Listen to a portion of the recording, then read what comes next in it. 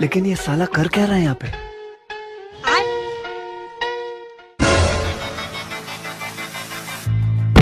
কে রে তোর এত বড় সাহস দিনে দুপুরে তুই দোকান থেকে এসব জিনিসপাতি তুই দাঁড়া তোকে একটু দোকানদার কাছে নিয়ে যায়।